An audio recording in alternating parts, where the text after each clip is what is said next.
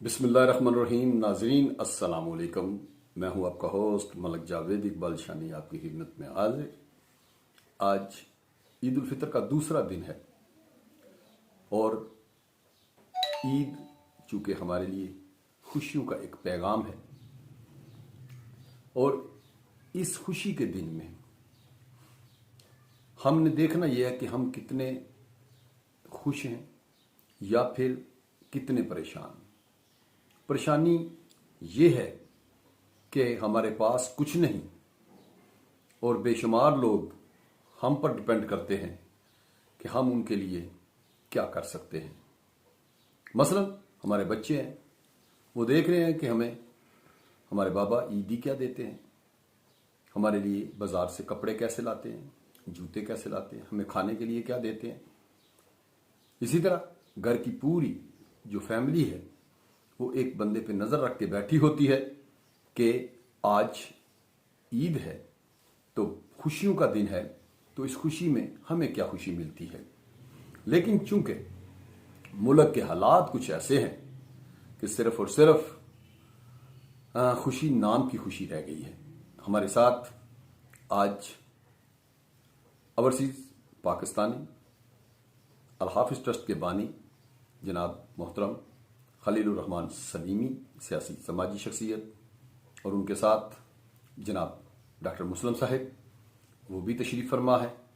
तो हालात हाजरा पे उन पे भी आज गुफ्तगू करते हैं कि इन खुशियों को दोबाला करने में कितना किरदार हमारा है या कितने खुश हम हैं, या जिनको खुशियां नहीं मिली उनका क्या कसूर है। जी अस्सलाम वालेकुम सर। वालेकुम सलाम व रहमतुल्लाह। जनाब वाला क्या हाल है आपका? अल्हम्दुलिल्लाह, खैरियत से हैं? अल्हम्दुलिल्लाह सब खैर। बात मैं कर रहा था इस वक्त ईद उल फितर की, जी। और ईद उल फितर खुशी की, और खुशियां जिनको नहीं मिली उनका कसूर क्या है, या पर हमारा किरदार क्या होना चाहिए, या मौजूदा हुकूमत का किरदार क्या होना चाहिए। रियासत मदीना से लेकर आज तक अवाम मायूस नजर आई, और आज खुशियों के दिन भी हमने देखा कि अवाम के चेहरों पर मायूसी नजर आई। आप क्या कहते हैं? बिस्मिल्लाहिर्रहमानिर्रहीम। बेसिकली अपनी फैमिली के साथ साथ जो लोग बेचारे इन खुशियों से दूर हैं या वो उस तरह ईद नहीं मना सके जो उनकी ख्वाहिश है, या उनके बच्चे उस तरह इसको सेलिब्रेट नहीं कर सके, मैं समझता हूँ कि हुकूमती लेवल पे कुछ ना कुछ होना चाहिए। और जहाँ को वेलफेयर सिस्टम है वहाँ हुकूमतें जो हैं उनका ख्याल करती हैं। ठीक है। इसके अलावा जो मुल्की हालात हैं, मुल्की हालात के मुताबिक माइट भी गवर्नमेंट के पास ऐसे वसाइल ना हों कि वो ऐसा इतना कुछ कर सकें। ठीक है। लेकिन अपने तौर पे शायद कोशिश हो रही होगी।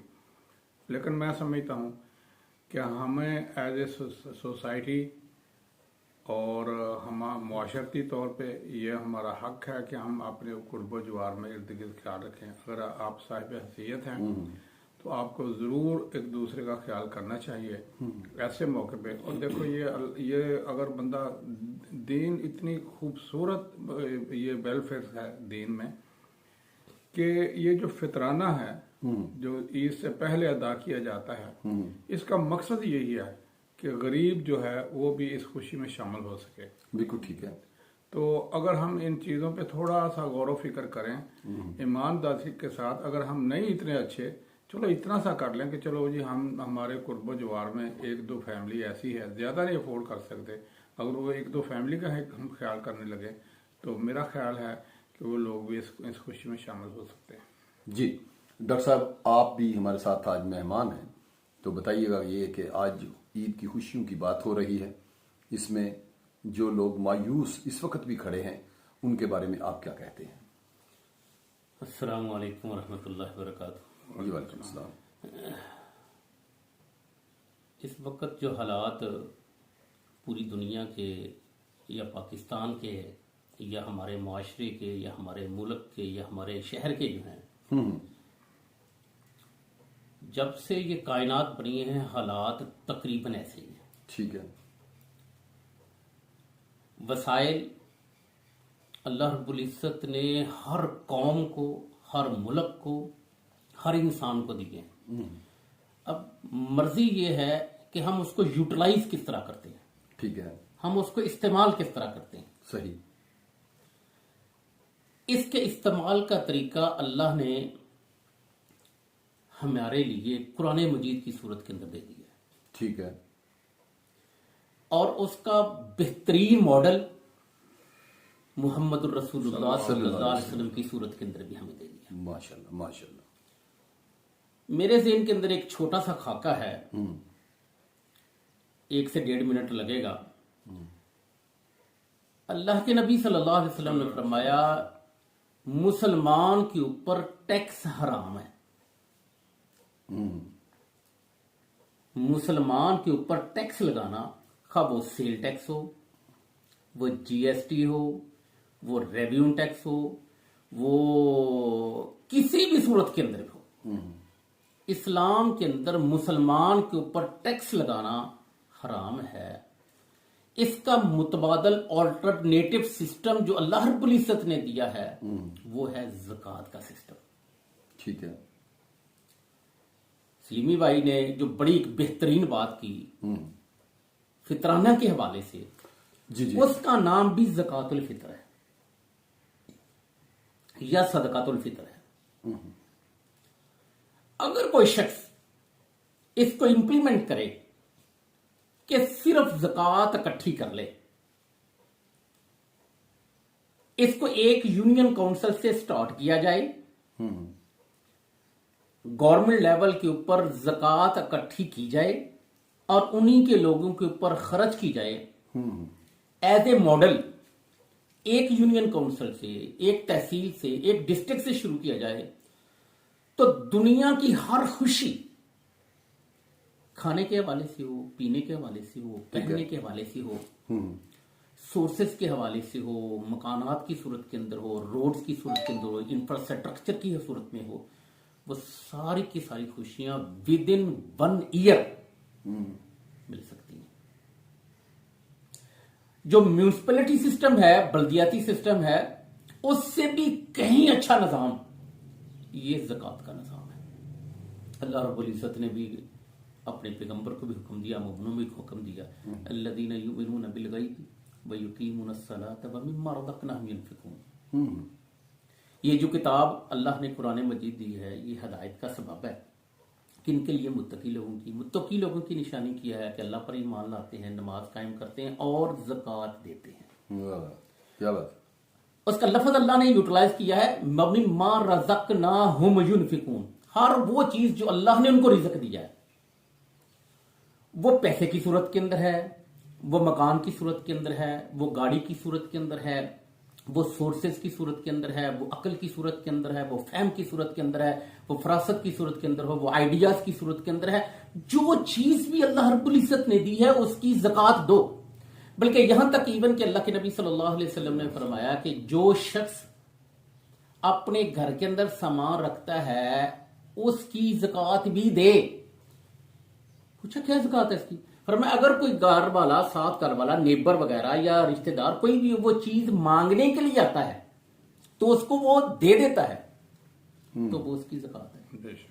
اس کا ذکر اللہ رب العزت نے سورۃ المعارون کے اندر کیا. أرأيت الذي يكذب بالدين فذلك الذي يدعو اليتيم ولا يحض على طعام المسكين فويل للمصلين الذين هم عن صلاتهم ساهون الذين هم يراءون ويمنعون الماعون. یعنی اللہ نے ایک سسٹم دے دیا. میں یہ کہہ رہا ہوں، میرے کہنے کا مقصد صرف اور صرف یہ ہے کہ اگر زکوٰۃ کا سسٹم رائج کر دیا جائے، وہ شخص جو اللہ نے اس کو مالک، اگر وہ صحیح طریقے کے ساتھ اپنی زکوٰۃ نکال دے جو کہ اللہ نے نصاب مقرر کیا ہے، تو دنیا کی کوئی ایسی خوشی نہیں جو اللہ رب العزت اس کو نہ دے. کیا بات. سلیم صاحب، آپ ڈاکٹر صاحب کی بات سے کیا اتفاق کرتے ہیں یا اس میں کوئی اضافہ کرنا چاہتے ہیں؟ ڈاکٹر صاحب نے جو کچھ فرمایا اس میں کوئی شک و شبہ نہیں ہے. بالکل انہوں نے بڑے ریفرنس کے ساتھ، قرآن و حدیث کے ریفرنس کے ساتھ فرمایا. لیکن یہ ساری باتیں تو بہت خوبصورت ہیں اور وہ اچھی بھی لگتی ہیں، اٹریکٹ بھی کرتی ہیں. سوچ کرنے کا یہ ہے کہ اس پہ عمل کیسے، عمل پیرا ہونا چاہیے. ہاں جی. کوئی ایسا نظام، کوئی ایسی سوسائٹی جو ایسا ماحول اس طرح کا کریٹ کیا جائے जहाँ पे ये अमल शुरू हो जाए। ठीक। अगर अमल शुरू हो जाएगा, मतलब कोई ना कोई इनिशिएटिव लेना चाहिए, चाहे छोटा से छोटा क्यों ना हो। वो कहते हैं चैरिटी बिगिन होम, कि ये जो काम है इसको आप अपने से शुरू करें, अपने घर से शुरू करें। तो जब आप घर से शुरू करेंगे, एक दूसरे का ख्याल करेंगे, लोगों को भी एहसास होगा कि भाई कोई आदमी मेहनत कर रहा है, कोशिश कर रहा है, इसका साथ देना चाहिए। बिल्कुल ठीक है। मैं अगली बार फिर आपसे बात करना चाहूँगा, उसी मौजू पे आना चाहूँगा कि अब तक हम दुनिया की नज़र में भी मेरे ख्याल में एक फ़कीर की सूरत में खड़े हैं, और हमारे हालात ही कुछ ऐसे जा रहे हैं आहिस्ता आहिस्ता कि हम फ़कीरों की तरह बन गए हैं, और कोई भी आदमी मेहनत की तरफ जाना नहीं चाहता। वो यही चाहता है कि कुछ ना कुछ मांग के ही अगर मिल जाता है तो क्या ज़रूरत है काम करने की भी। इस हवाले से भी मैं सलीम साहब ये बात करना चाहूँगा कि हमारी कौम को भी कोई ऐसा पैगाम पहुँचना चाहिए, खुदा के वास्ते यार, तो सारी नजरें सिर्फ उन लोगों पे मत रख लो कि वो कुछ देने वाला है तो फिर ही हमारा गुजारा होगा। कुछ अपनी मेहनत के बलबूते भी अगर कर लें तो क्या इसमें मसला है, या क्या तकलीफ क्या है हमें अगर मेहनत करेंगे या आगे बढ़ने की कोशिश करेंगे। इसके मुतल्का भी आप आज एक कौम को मैसेज पहुंचना चाहिए जी। इस सिलसिले में मेरी अर्ज ये है कि असल में जो हाकम होते हैं वो कौम के लोगों के आइडियल होते हैं। जी जी। जब वो उनका तर्ज जिंदगी देखते हैं तो हर बंदे की कोशिश ये होती है कि मेरे पास भी इस तरह का कोई सिस्टम आ जाए, मेरे पास भी ऐसे हालात हो जाए। ठीक। जो कि मुमकिन नहीं है आम आदमी के लिए। दूसरी बात यह है कि अल्लाह ने कुरान में किसी फर्द का नाम नहीं लिया। अल्लाह ने कहा है इन्नल्लाह ला युगय्यिरु मा बिकौमिन हत्ता युगय्यिरु मा बिअनफुसिहिम। अल्लाह ने कौम को कहा है कि मैं उस कौम की हालत नहीं बदलता जब तक वो अपनी हालत खुद ना बदले। ठीक है। मिन हैसुल कौम, जब अब हम खुद नहीं कोशिश करेंगे, हम जो मर्जी कर लें, अल्लाह को किसी चीज की कोई परवाह नहीं है, वो अल्लाह समद है। हमने बदलना है अपने आप को तो अल्लाह बदल देगा। हमने नहीं बदलना तो जो मर्जी कर ले, उसको क्या परवाह है।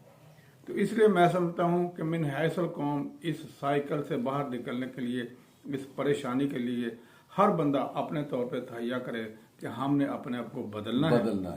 और जब हम इस तहैया के साथ हम बाहर आएंगे, अपनी ज़िंदगी में एक तब्दीली लाएंगे, तो उम्मीद है कि हमारे इस तब्दीली से, हमारे बदलने से शायद लोगों को भी इसका एहसास हो कि यार देखो ये आदमी अच्छा पता, यानी खुद को बदलना भी है। हाँ जी। और ये सोच बनानी है कि मेहनत से ना बंदा मरता है और ना ही ऐसे में कोई मौत वाक़या हो सकती है।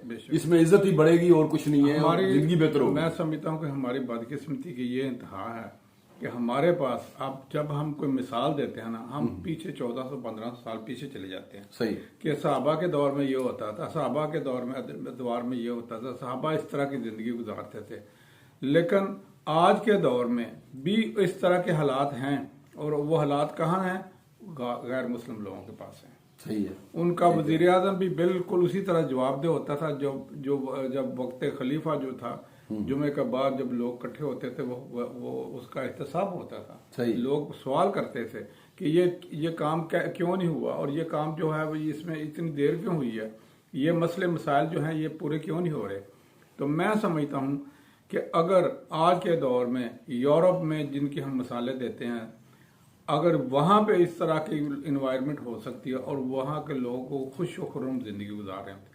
एक क्लिप पिछले दिनों मैंने शायद आपको भी दिखाया कि उस पर लिखा हुआ था भीख देने वाले ममालिक का वजीर आजम। हाँ बिल्कुल। भीख देने वाले वजीर आजम जो था वो एक साइकिल पे जा रहा है। हाँ बिल्कुल ऐसा है।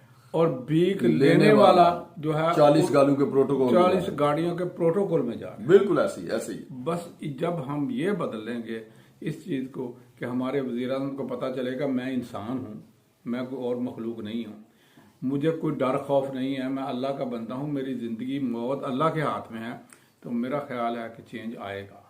बेशक बेशक। जी डॉक्टर साहब, आप इसके हवाले से क्या कहते हैं? जो मुझे समझ आई है कि अगर कोई शख्स ये ख्याल कर लेता है ना कि दूसरे जितने भी इंसान हैं और मेरे अंदर कोई फर्क नहीं है, हम बराबर हैं, सही, इक्वलिटी है, तो सारे मसाइल इंसान के खुद ब खुद हल हो जाते हैं। बेशक। और जब ये समझना शुरू हो जाता है कि मैं बेहतर हूं میں اعلیٰ ہوں، پھر سارے مسائل کھڑے ہو جاتے ہیں۔ اگر کوئی شخص، اگر کوئی انسان، اور خاص طور پر مسلمان، جب وہ اس طرح کی چیز اس کے ذہن کے اندر آتی ہے جس کا دوسرا نام تکبر ہے، کسی کو نیچا سمجھنا، اپنے آپ کو اچھا سمجھنا، کسی کو کمی سمجھنا، اپنے آپ کو چودھری سمجھنا، یہ بیسکلی اس انسان کی سب سے بڑی خرابی ہے ایز اے مسلم۔ ٹھیک ہے۔ اور تکبر صرف اور صرف اللہ رب العزت کو زیب دیتا ہے۔ اللہ رب العزت کا نام بھی المتکبر ہے۔ اگر کوئی شخص یہ تکبر کرتا ہے نا، اور تکبر ہر چیز کے اندر ہے، مطلب کھانے کے لیے بیٹھا ہے، اچھی چیز اپنی طرف کر لیتا ہے، اچھی بوٹی وہاں سے نکال لیتا ہے، یہ اس کے دل کے اندر، اس کے ذہن کے اندر تکبر کی نشانی ہے۔ کوئی چیز پڑی ہوئی ہے، اچھی چیز اپنے لیے چوز کر لیتا ہے اور ہلکی چیز دوسری کے لیے، تو یہ تکبر ہے۔ یہی ہمارے سوشل سیٹ اپ کے اندر سب سے بڑی خرابی ہے۔ رسول اللہ صلی اللہ علیہ وسلم کی مثال دیکھ لیں، اچھے لوگوں کی مثال کے دیکھ لیں، صحابہ کی دیکھ لیں، یا اس وقت بھی جو آدمی اچھا اپنے آپ کو سمجھتا ہے نا، وہ اچھی چیز، بہتر چیز اپنے بھائی کو دینا پسند کرتا ہے۔ بے شک بے شک۔ سلیمی صاحب نے بات کی غیر مسلم لوگوں کی، وہ چیریٹی کرتے ہیں، اور اتنی چیریٹی کرتے ہیں، وہ اپنے آپ کو کافر سمجھتے ہوئے، اس کے باوجود بھی جتنا پاکستان کا بجٹ ہے نا، ایک ایک چیریٹی کا اس سے کئی کئی گنا زیادہ بجٹ ہے۔ وہ سمجھتے ہیں کہ اس چیز کی فلاں انسان کو ضرورت ہے، پھر وہ خرچ بھی کہاں کرتے ہیں؟ وہ غیر مسلم کے اوپر اور مسلمانوں کے اوپر بھی خرچ کرتے ہیں۔ یعنی ان کے ذہن کے اندر وہ تکبر کی کم ہے، اور ہم نے اسلام قبول کرنے کے باوجود بھی، مسلمان کے گھر پیدا ہونے کے باوجود بھی، وہ جو تکبر کی نشانی ہے نا، وہ ہمارے اندر پائی جاتی ہے، جس کی وجہ سے معاشرے کے اندر اونچ نیچ ہے۔ معاشرے کے اندر ایک انسان کا دوسرے انسان کے درمیان ایک خلا ہے، خلیج ہے، بالکل، اور وہ اتنی بڑی خلیج ہے کہ وہ پر نہیں ہو رہے، اور اس کی وجہ سے، اس تکبر کی وجہ سے پھر ہمارے سارے مسائل، پھر ہماری لائنیں الگ لگتی ہیں، پھر ہمارا نظام مختلف ہو جاتا ہے۔ بالکل بالکل۔ یہ ساری کی ساری ہے چھوٹی سی چیز، لیکن یہی چیز بڑھ کر ایک بہت بڑی خلیج بن جاتی ہے، جس کو پر کرنا مشکل ہو جاتا ہے۔ میں تو اس عید کے موقع کے اوپر صرف ایک ہی پیغام دینا چاہتا ہوں، اپنے بھائی کو اپنا بھائی سمجھیے، اور اپنے لیے جو کھانا پینا رہنا سہنا پسند کرتے ہوں، اپنے بھائی کے لیے پسند کر لو، تو سارے مسائل حل ہو جائیں گے۔